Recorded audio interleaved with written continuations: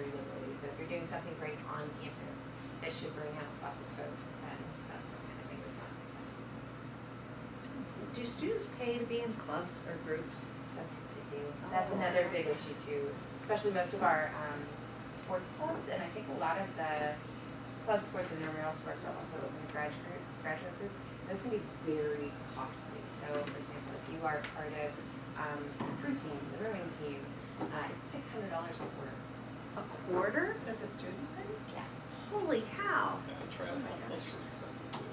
And- Really? And so they like walk a check over to the SOFO office, and then SOFO like deposits that $600 into the rowing account or something. Yeah, I think that's how it works. Oh, Yeah, $600 a quarter. So that's another big conversation on campus if we're thinking about the trends of what people are looking at is there are some groups that it is cost prohibitive for low socioeconomic students to participate in. And that's, I mean, if we think about what we want the Northwestern experience to be, that's really disappointing that there would be things like that that could be prohibitive.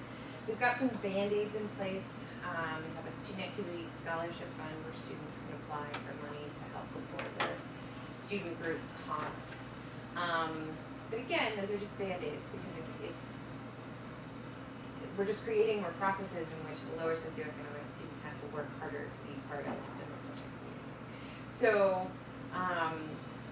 yeah, again, I don't know what the solution is, but we're talking about. Do students at Kellogg pay to be in particular clubs, or they just pay their student fee? Yeah, just it comes from the student activity fee, but we do a lot of collaborating with our peer schools, and most other top MBA programs do have a fee to be in clubs, which limit, right now a Kellogg student can be literally in 100 clubs. I mean, There's not a limit to how many no, people join. Okay. it's really silly, and it just, they use it to serve a purpose. So if I want to display that I'm interested in net impact, I'm going to join the net impact club. But our peer schools have a fee associated with it, and they find that the people who then are really committed, they're attending events, they're taking on leadership roles. We, again, we just cast a really wide net. So. Well, how are you finding ways to engage students and keep them committed? For example, how are we able to better find student leaders? I know that's something we've been struggling with around for weeks. Just to point this question, is there any kind of financial incentives that anyone know to students to become leaders? For instance, we have grad students and they are extremely busy with their schoolwork and whatever, and quite frequently we end up doing all the organizations and all the setup and all the things. But the thought occurred to us, if there would be some sort of incentive, then incentive perhaps might kind of get us the leaders that we're looking for. Anybody have any kind Yeah, of I can idea? talk on that.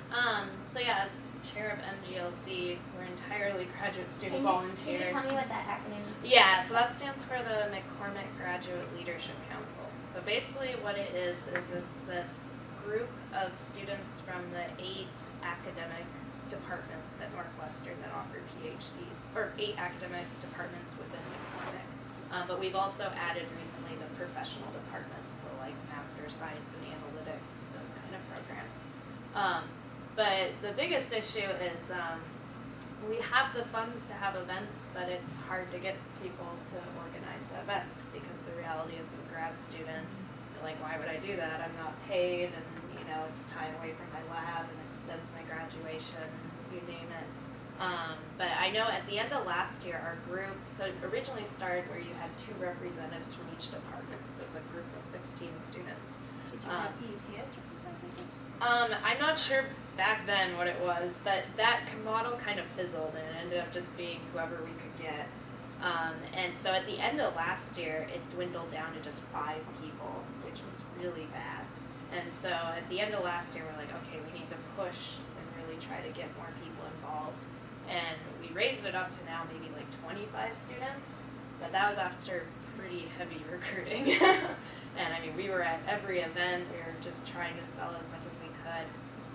But I think the biggest issue is that we did a survey over the summer and kids want to see the events happen. And, you know, they say, I want more social events. Why don't you plan more social events? I never meet engineers. Like, you know, it's like we're working on it, but we've got 5 people. And so I think, yeah, and unfortunately, I mean, there isn't really any incentive other than you do have the freedom.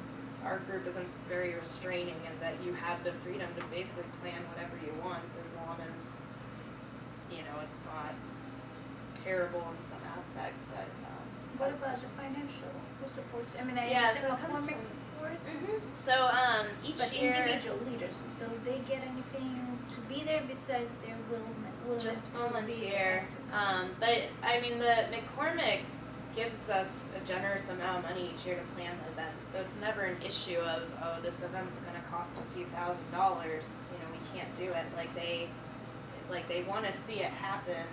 And I think another thing that people don't realize that MGLC does is oftentimes individual departments want to have events, but they don't have the funds for it. And they can go through MGLC, and as long as there's at least 2 groups involved, so it's not just a department-only event. Like if EECS want to have an event with, you know, chemical engineering, or maybe like Then we can apply for that, what was it, NU night? yeah.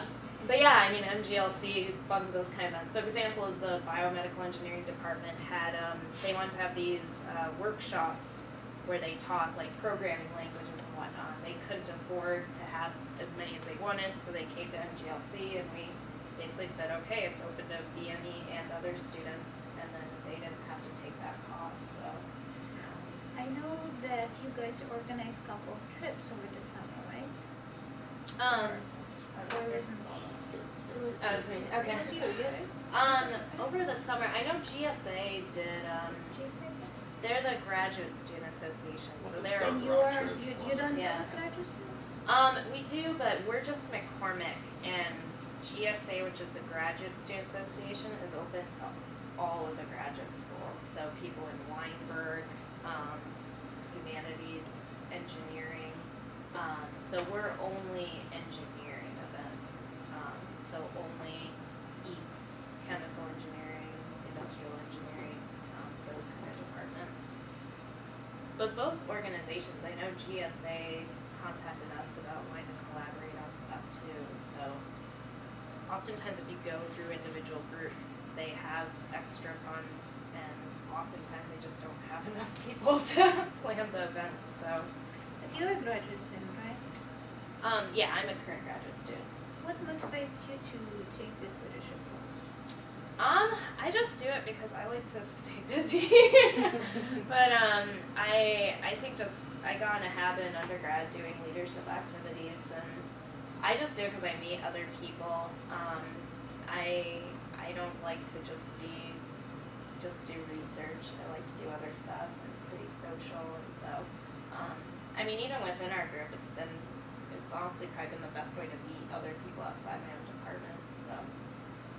We don't compensate the leaders of our student group in any way, and we have people, we have elections and stuff, so there's, a few people competing for positions, but once people are in leadership roles, one of the things that we found is it's difficult to make sure that they are doing sort of everything that's necessary for a particular event, or, so we find that like staff are picking up a lot of slack. Does that resonate with what you see at Kellogg, or students sort of have a lot of ownership? So our students in general, everybody wants a leadership role because they think that looks really good to the companies. So we don't compensate them or entice them in any way. And you know what? It's kind of a mixed bag, because the fact that they think they need to have a leadership role means they might go for it, but it doesn't necessarily guarantee that they're going to contribute and be as impactful as they should or need to be. Yeah. In which case, our students have a really hard time confronting somebody who's not carrying their weight. So they'll usually loop in like the club advisor, or maybe they'll come to one of the CMC or student affairs liaisons, but honestly, they're all so competitive. Usually there's not too many occasions of somebody dropping the ball. And if they do, they usually know it and just kind of by wanting to be recognized as a collaborative classmate, they'll kind of snap back into line. So not too many issues on that front. Natalie, you mentioned some trainings, I think, that leaders of student groups go through. Can you talk about that and if anybody else has leadership trainings before people take office? So we do something in the spring. It's taken on lots of different iterations since I've been here, but most recently it was called the Student Organizations Symposium. And basically there are different tracks that folks go on that teach them about how do you do a contract, how do you plan an event, and how do you use SOFO effectively, and all of those different pieces of it. So we say that it's required for 2 officers of each group. Obviously, space constraints at Northwestern mean that we don't get, we have 400 student groups in Wildcat Connection, so we certainly don't get 800 people there, but we usually get at least 400,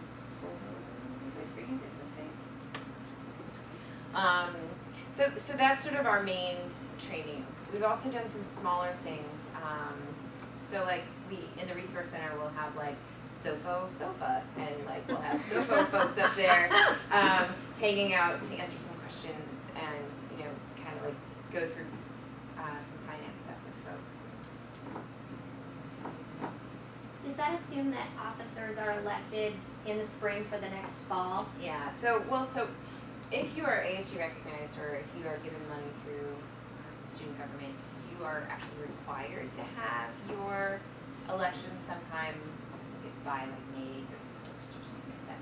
There are few exceptions to that. So for example, Mayfest, which does Dillo Day, does not do their transition before Dillo Day because that would be way too confusing for them. So, but pretty much without fail, we do ask folks to do their transition either like early spring, so that when we get to May and do these trainings, it's the new officers that are being.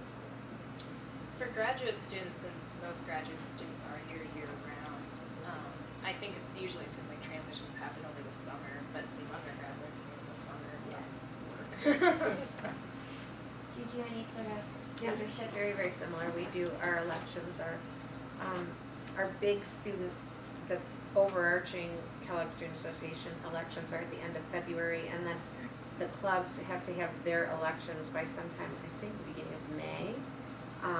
And then we have different trainings in May. So Student Affairs will hold a mandatory session where at least 2 of the leaders have to be present. Usually it's the president and one of the other senior leaders, and that's more about just how a well-run club should look.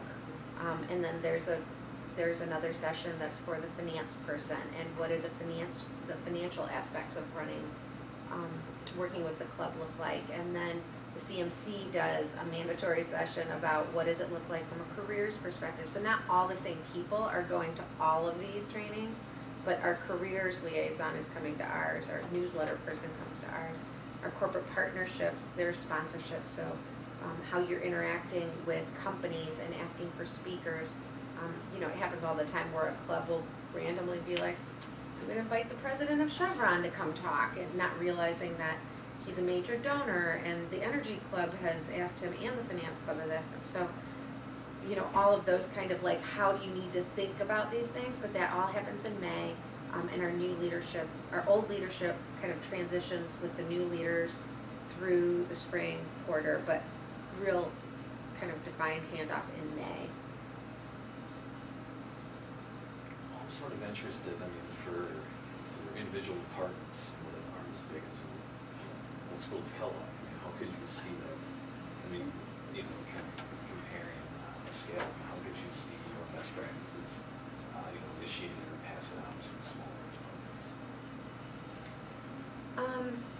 You mean outside of Kellogg or within Kellogg? If you were, if you weren't Kellogg, if you were trying to pull on companies, what you're doing, in smaller departments. Yeah. I think just even listening to what NU is doing, there's some commonalities where just kind of setting structure for students, I think, is important. So even if you have only one staff member who can draft up some kind of bylaws of what a good club activity and etiquette and leadership looks like. It doesn't take a lot of money to do that, but I think that students, so we have students all the time who are like, we would like to start a club. We are the, fracking is big, and so 6 of us want to start a club. So, those 6 people, first of all, there's lots of hoops they have to go through for that, but just even having some structure around what does that look like, what do you need to think about. So it's not really labor intensive, it's just having kind of structure to follow. I think that would be helpful. And I think if there's somebody from the school that can be a mentor or an advisor, we have usually faculty play a big role in our professional clubs. So if you can get faculty interested, I don't know how good or not other schools are about that. Maybe kind of hard. Yeah, I can imagine, and even some, it just depends on who you're asking, but there tend to always be people who understand the value of this student experience. Those are the people you want to kind of partner with. It's so hard because I know, while I complain about it, I'm sure we're much more resource supplied than many other programs, so it's hard to picture what, I'm like, well, doesn't everybody do this? But I really just think it's more about helping students to know kind of the questions to ask, what the expectations are, what does success look like, and if there are role models to provide them, and then to have somebody that they know, this is my point person when I have questions. I think for us, all of our professional clubs have a CMC person that is their liaison, so they know if private equity, venture capital club has a question, they know exactly who to come to on our team. And I think that if you can provide that for some of the smaller schools or programs, I think that would be really helpful. Would it be fair to say that if the organization became recognized through Center for Student Involvement, a lot of those structures would be in place? And one of the things I was going to say too is that we've had some success in getting professors involved. When we kind of say to them, all right, all you need to worry about is the content, is like the actual, like whatever this club is about, and we'll take care of all of the like paperwork and all that stuff. So for example, Global Engagement Summit is a huge organization on this campus that does this big summit where they bring people in from all over the world to talk about service around the world. So I basically work with them on all their contracts and all their finances, all of that piece of it. And then the Buffett Center does everything else when it comes to the actual content of what they are. So they help them find the speakers, they help them talk about what their goals are for the organization. I know nothing about global engagement, that's not my, but I can help you with the contract. And so that's been a really useful piece for us, is that, a lot, because there's no incentive to professors to do any work outside of their research in the classroom. And that's a problem with the structure of the university. That's not something we can fix. But certainly if you say to a professor, this is a club that's interested in your specific type of engineering or whatever it is, and they would love some advice on how to, go about doing this, as opposed to, you have to sign the contracts and you have to, do all of the receipts and all of that stuff. A lot of times they're really receptive to that because they don't want that piece.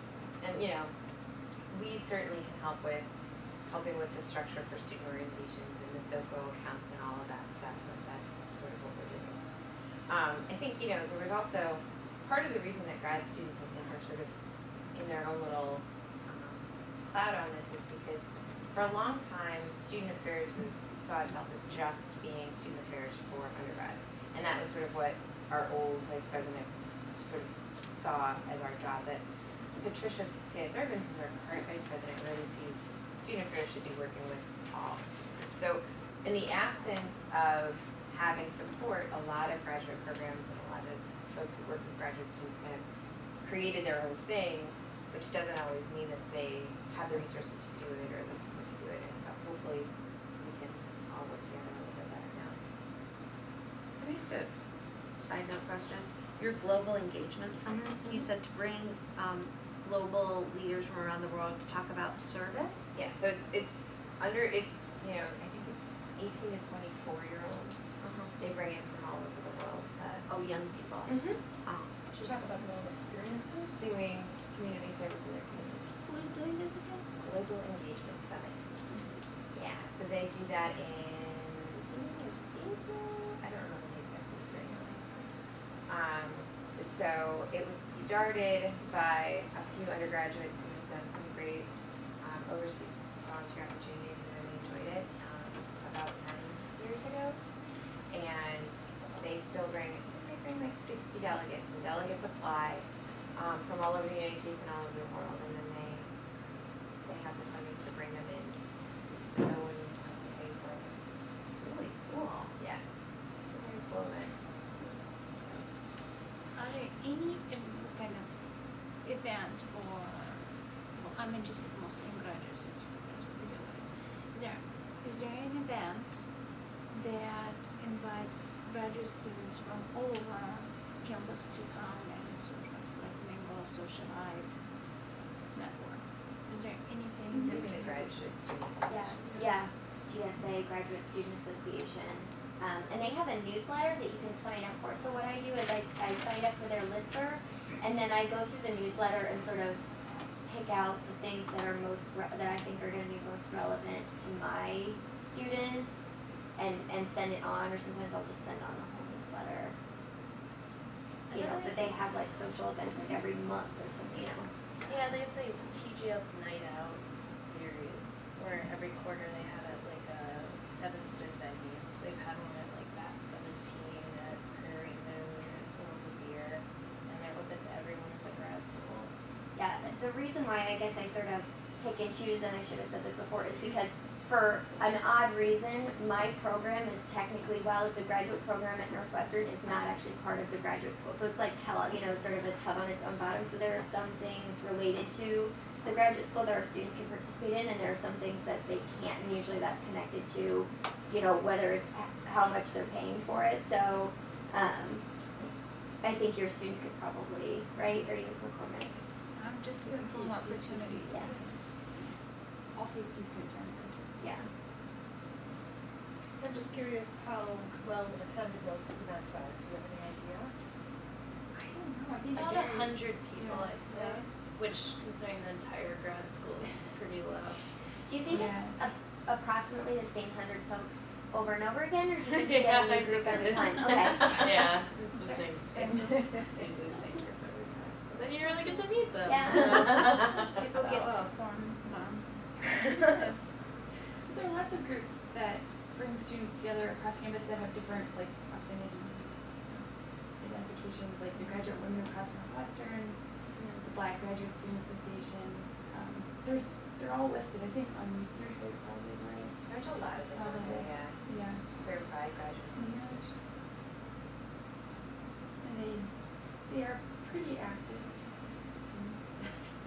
I get announcements on my website. So if you were in our situation and advising grad students and sort of, you know, came in with the goal of wanting to make them more aware of the groups and events that they could take advantage of at Northwestern, what would you say our first steps would be? Should we just go to Wildcat Connection and troll around, or is there something else we should do? So Wildcat Connection, I think, is great because it is a listing of all student organizations. So I can't promise you that all the information is up to date, but certainly every group is out there. At least every undergraduate group, and then there's a significant number of graduate groups.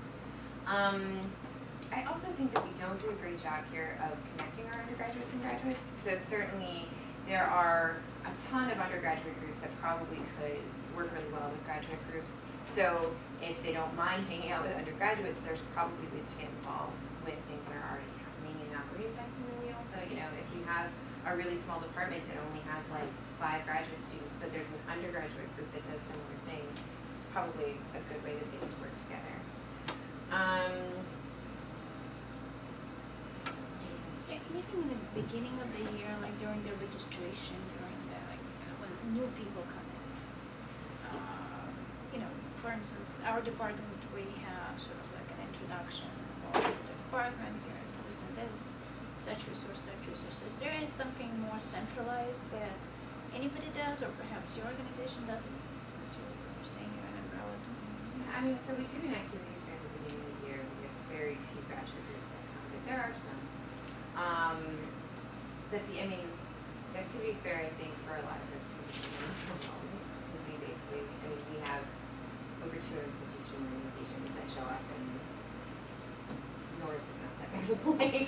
But so, I think that's sort of how we initially get students involved. But we've been, one of the current When trends. does that happen? The activities fair is, so it used to be during Wildcat Welcome, we served an orientation, but we moved it to the first week of classes. The other thing we hear a lot, and I don't know if this would be something that would affect graduate students, but for our undergraduates, there seems to be a trend that every student group has an application process, and you have to be selected to be part of it, because basically I think our students have decided that it's not worth having unless someone can have it. So they make it very difficult to become part of certain groups, and so we've gotten a lot of feedback in the last few years of students who say, I applied for 12 groups and I didn't get accepted into anything, which is never a welcoming way to bring an 18-year-old up with us. So one of the things we've been working on, Policy? They're not open? there isn't a policy. So again, because all of this sort of grew out of the lack of having anything, there's about 140 student groups that were recognized through the student government. They don't have a policy on there at all that connects the money they give to being an open student.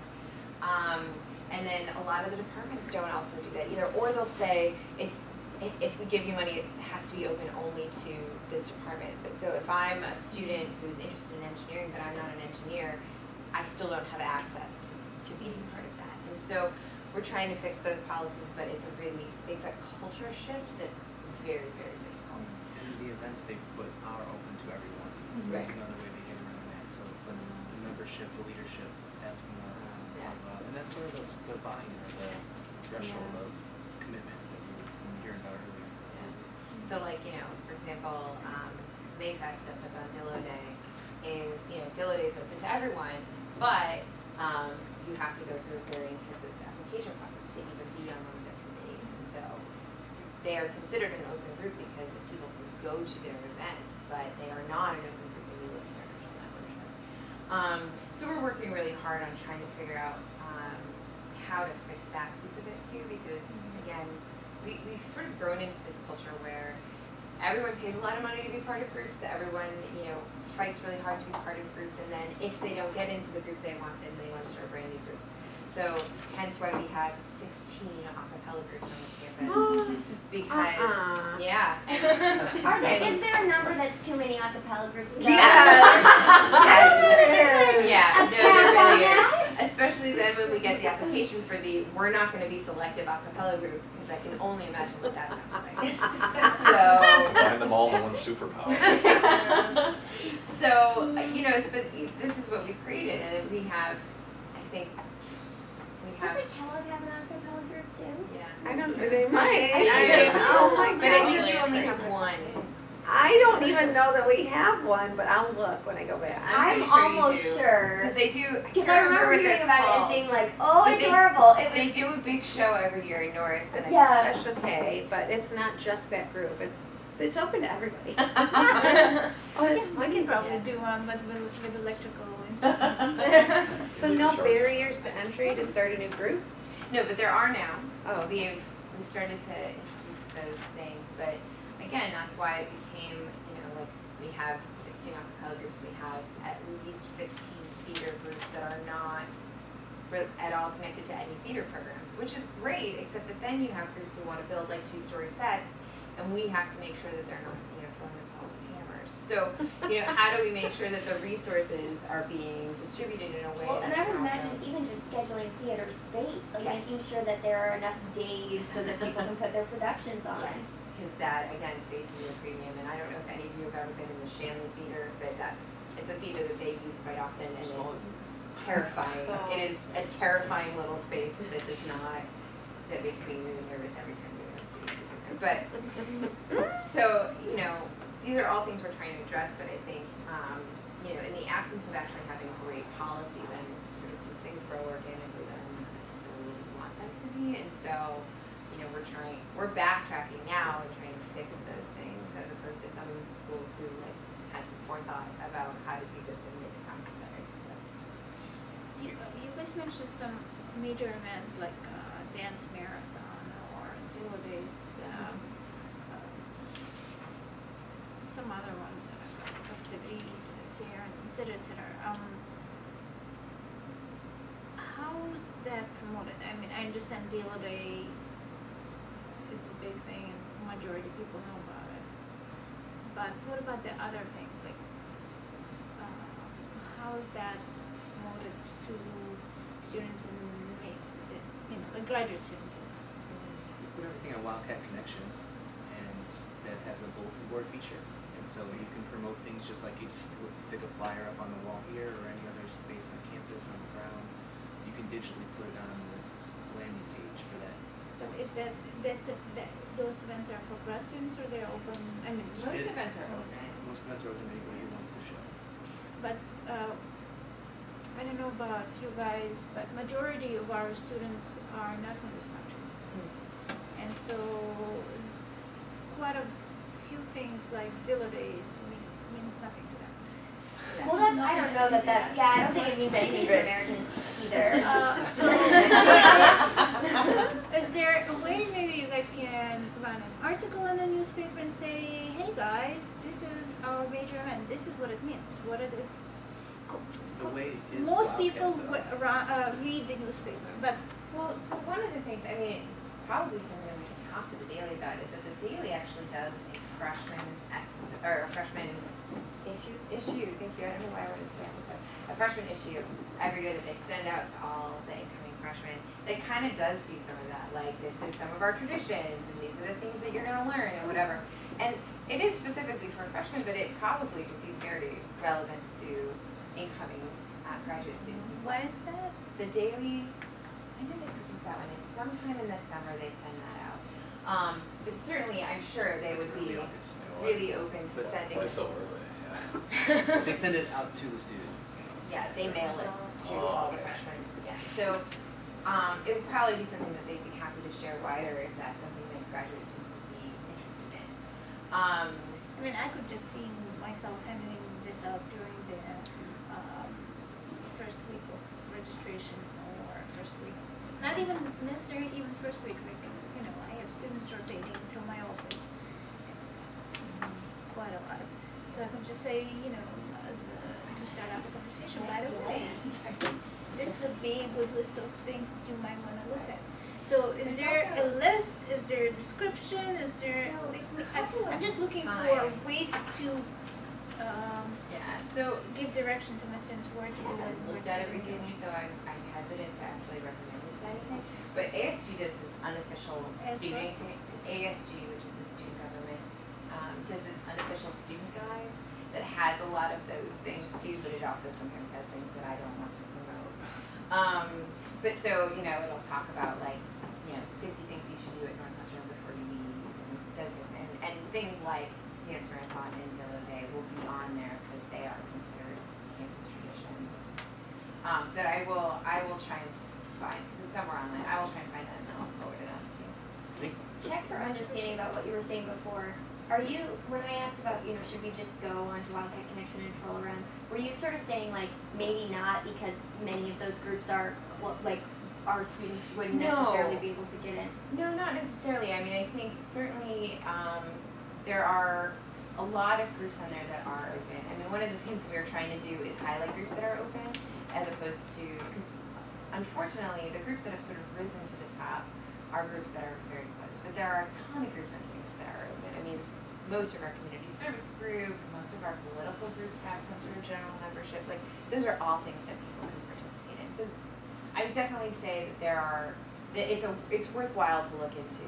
I mean, certainly things like acapella and theater are always going to be a pain in the butt, but, you know, generally speaking, a lot of our groups are open. We just need to promote them more as such.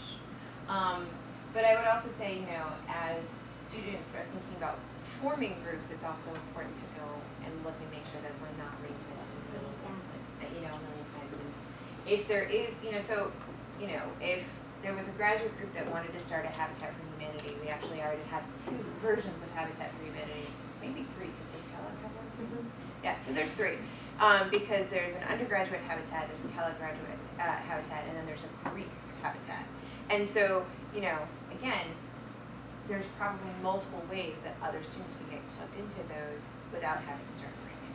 See, now, we don't let non-Kellogg students in our clubs. Are you saying the other graduate programs do? Well, a lot of the undergraduate groups probably, they do. Yeah, they do. I don't know about the graduate programs. Well, and some graduate clubs are not specific to a school. So, like, you know, the Gay Graduate Student Alliance and some of those things that are not academic focused. Right. I was gonna say with so if Wildcat Connection, so I guess before this, I guess speaking as a grad student, before this meeting, I didn't even know that was like for graduate student groups. And I feel like the message isn't really getting out to grad students because like I feel like I keep up to date on a lot of what's going on. I had no idea. And you're engaged. yeah, and it's like I'm kind of worried that if like for undergrads I can see it working, but for grad students I don't because I didn't even know it existed. Yeah, no, and keeping part up of that on is stuff. just So getting the buy-in from the administration in each of the Yeah. schools to make that something that folks are doing. But But perhaps newspaper would be a better way to do it. but Maybe at the like same to time, run like a grad section. students read the newspaper. Yeah. So There's things like Planet Purple, Right. which is which gonna grad publish students it. also don't look at. So there's really, I mean, there's over 400 groups that use it, and I think that's, at least for the office we work in,